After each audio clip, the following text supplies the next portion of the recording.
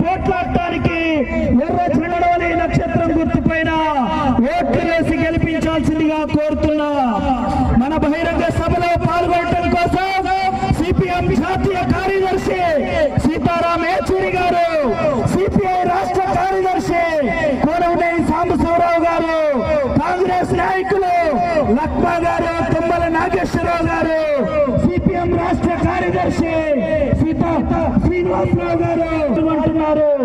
పోలవరం నిర్వాసితుల కోసం నికరంగా నిజాయితీగా నిలబడి కలబడి పోరాడుతున్నది ఎర్ర జెండాలు, కమ్యూనిస్టులు, సిపిఎం నాయకులు, కార్యకర్తలు. అందుకనే